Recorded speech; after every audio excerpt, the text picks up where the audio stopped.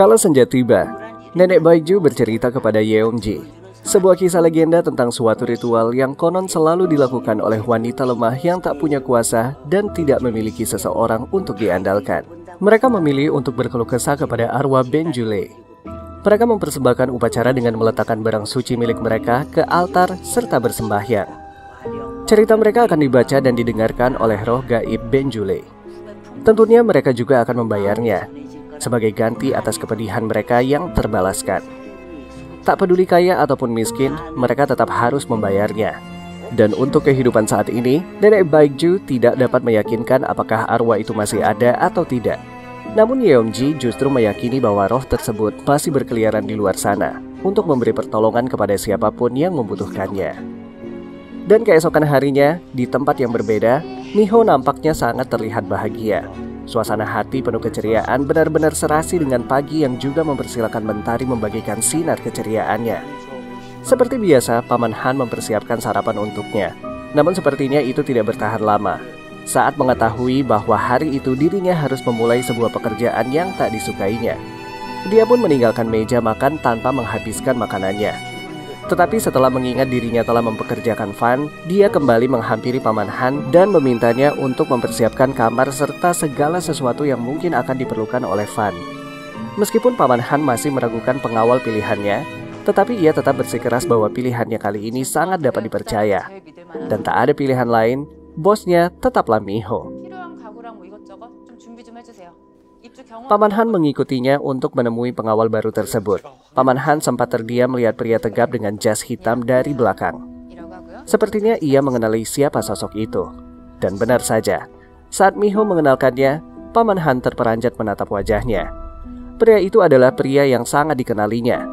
Tetapi mereka berdua masih bersikap tidak saling mengenal. Dan Fan memang sosok yang terlihat menyebalkan dan pergi begitu saja meninggalkan Paman Han. Lebih menyebalkannya lagi, Fan begitu saja masuk ke dalam mobil dan duduk di kursi belakang dan membiarkan Miho yang menyetirnya. Karena Miho sangat membutuhkan Fan, ia pun membiarkannya. Selama dalam perjalanan menuju SMA Tamrah, ia berusaha ramah dan menggali lebih dalam informasi tentang Fan. Tetapi tak sepatah kata pun Fan berbicara, sehingga membuat keusilan Miho muncul. Ia menambah kecepatan mobilnya dan terlihat jelas di raut muka Fan nampak sedikit terkejut dan ketakutan. Hal kecil itu cukup membuat Miho tersenyum. Hingga akhirnya mereka berdua pun tiba di sekolahan. Dengan mobil Ferrari merahnya, membuat Miho menambah tingkat kepopulerannya di sekolahan tersebut. Hampir seluruh yang ada di halaman depan sekolah memperhatikannya dan mengagumi mobilnya. Bahkan kepala sekolah Sam-il menyambutnya di hari pertama dia mengajar. Setelah memperkenalkan Fan sebagai pengawalnya, Miho pun bergegas menuju ruangannya. Sesampainya di sana, ia meminta dan cenderung memerintahkan Fan untuk selalu tetap berada di ruangan tersebut sampai ia kembali.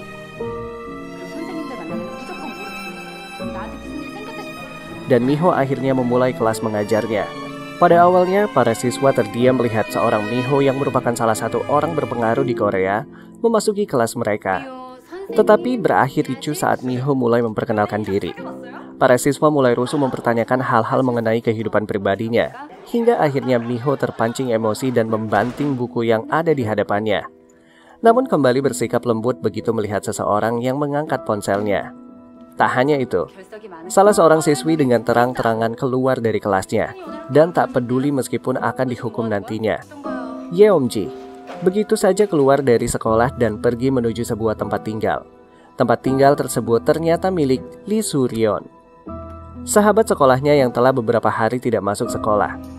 Setelah memastikan kedatangannya, Yeomji memasuki kamarnya dan sangat tercengang melihat kondisinya yang semakin hari semakin memburuk. Ia yang telah disiksa oleh pacarnya dalam kurun waktu yang cukup lama, tak juga berani melaporkan atau hanya sekadar menceritakannya kepada orang lain. Suryeon sangat takut kepada pacarnya itu. Hingga pernah suatu hari ia pergi ke tempat karaoke bersama pacarnya dan melihat dirinya lebih memilih bermain ponsel daripada bernyanyi dengannya. Pacarnya tega memukulinya dengan menggunakan mikrofon. Saking ketakutannya, saat bercerita Suryeon bahkan masih merasakan betapa sakitnya pukulan pada saat itu. Seberkat sinar matahari yang memasuki kamarnya tak mampu memberinya cukup ruang untuk sekedar bernafas. Sesak ketakutan dan semakin histeris saat menerima rangkaian pesan bergambar dari pacarnya. yang mengancam akan menyebarkan fotonya itu. Tak hanya itu, Sureon secara terus-menerus diawasi oleh Gyeongjun.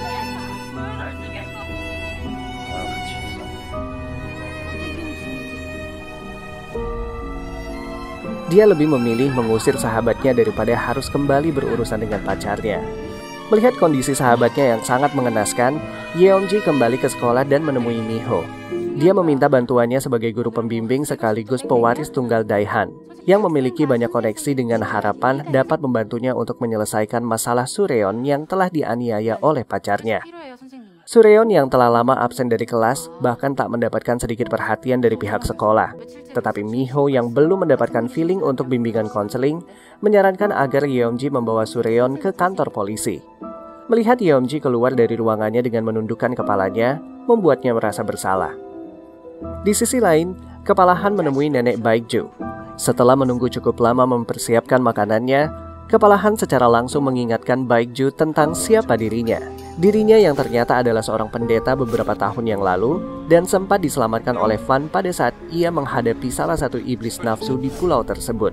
Kepala Han bermaksud menanyakan perihal Fan kepadanya dengan beberapa alasan.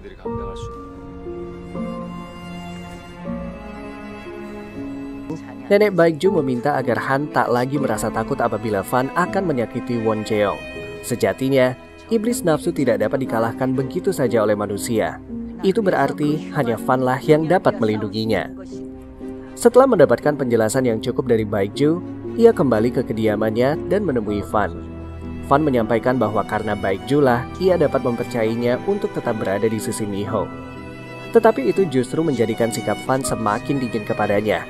Ia juga menyindirnya atas sikapnya yang terlalu lambat dalam menangani Miho yang merupakan Won Jeong. Ia pun kembali meninggalkan Kepala Han dan menuju sebuah perapian di halaman.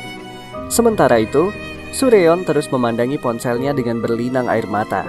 Ia terus terisak, bahkan ia sempat mengambil pisau untuk melukai tangannya. Hingga akhirnya ia teringat akan ucapan Yeonji sesaat sebelum ia benar-benar meninggalkan tempat tinggalnya tadi siang. Yeonji memberinya secari kertas tentang arwah Benjule, roh yang menghuni pohon suci Bonyangdang, yang akan mendengarkan kesusahan manusia dan menghapuskannya untuk mereka yang membutuhkan. Sureon mengendap-endap keluar dari tempat tinggalnya dengan membawa secari kertas dari Yeonji yang bertuliskan tentang runtutan apa saja yang harus dilakukan pada ritual tersebut. Setelah berjalan cukup jauh, akhirnya ia tiba di pohon suci yang dimaksud. Satu persatu sesajen ia tata tepat di bawah pohon, lalu bersimpu dan menyalakan lilin. Dengan menggenggam erat secari kertas, Sureon mulai memanggil arwahnya. Benjule, Benjule, berputarlah, lalu turun dan dengarkan kepedihanku. Ku persembahkan upacara ini di altar untuk Benjule dengan segenap hatiku. Dilanjutkan dengan membakar kertas yang ia genggam dan terus mengucapkan keinginannya dalam hati. Angin pun berhembus dengan kencang, seiring hawa menakutkan yang menyelimuti sekelilingnya. Hawa itu bahkan sangat mudah dirasakan oleh Fan dan juga nenek Baekju. Sementara itu, Pendeta John akhirnya kembali ke kediaman Miho setelah berkeliling mencari keberadaan iblis nafsu. Kedatangannya yang secara tiba-tiba membuat Miho merasa cukup ketakutan. Setelah mengetahui bahwa ia adalah keponakan dari Paman Han, hatinya pun lebih tenang. Mereka pun menyantap hidangan malam bersama. Merasa ia memiliki teman bicara yang menyenangkan, Miho berbicara segala sesuatu kepadanya, bahkan sampai ia berada di bawah pengaruh minuman keras. Ia terus-menerus memanggil Fan dan melantur ke sana kemari. Fan yang masih saja bersikap dingin, tak memperdulikan kondisi dan pergi begitu saja. John yang baru pertama kali bertemu mereka berdua hanya dapat terdiam saat menyaksikan tingkah laku keduanya. Paman Han kemudian membawa Miho dan dibaringkannya di tempat tidurnya. Setelahnya, John bertanya kepada Paman Han, siapakah pria itu? Dan begitu mendapatkan informasi yang cukup, John pergi menemui Fan yang tengah menyendiri di sudut lorong dekat kamar Miho. Di sana John mengagumi sosok yang selama ini dikenalnya sebagai orang yang hanya ada di ramalan. Tetapi, ia pun tak juga mendapatkan respon yang menyenangkan darinya. John terus saja berbicara padanya dan mencoba untuk mendekatinya. Tetapi, John dibuat terdiam begitu Fan mengatakan bahwa manusia selalu mencari tahu segalanya karena takut akan hal yang tak mereka ketahui. Dan semakin terdiam saat Fan juga mengucapkan dia pun telah mengetahui niatnya yang sesungguhnya. Keesokan harinya, Miho terbangun dengan sangat kelelahan, sembari terus memegang kepalanya. Ia mencari sesuatu hingga akhirnya terhenti di kamar John. Ia melihatnya tengah bersujud di hadapan patung salib, dan pada akhirnya Miho meyakini bahwa John benar-benar seorang pendeta. Miho lalu melanjutkan langkahnya menuju mobil kesayangannya yang telah siap. Dengan terus mencari keberadaan Van, ia memasuki mobilnya. Hal yang sangat mengejutkan, ternyata Van sudah berada di dalam mobil. Tak berapa lama, John pun turut memasuki mobil dan duduk di samping Miho. Yang semakin dirasa menyebalkan adalah sampai saat ini ialah yang menyetir.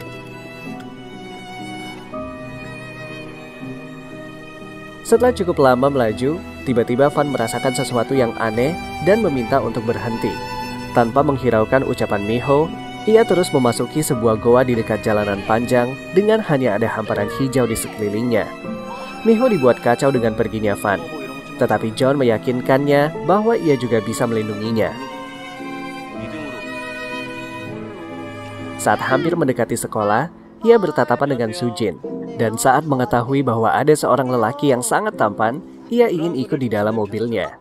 Tetapi Miho justru menginjak gasnya dan menginjak rem seketika melihat Yeomji menyeberang begitu saja. Rupanya ia sengaja menghentikannya untuk meminta bantuan. Mereka pun membawa Yeomji memasuki ruangan konseling.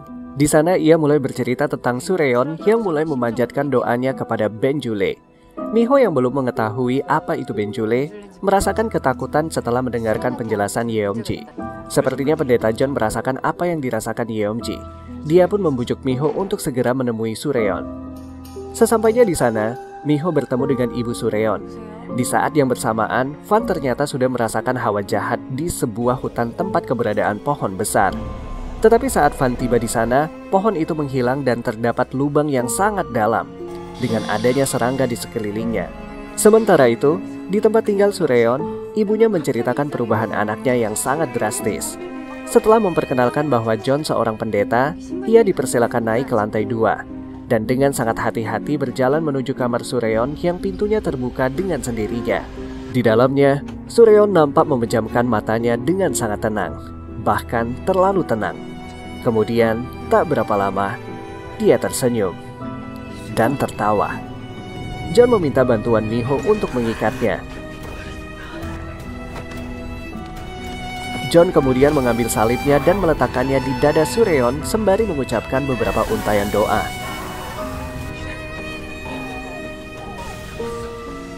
Di sisi lain, Van semakin merasakan getaran kencang dan hawa jahat yang mengikutinya.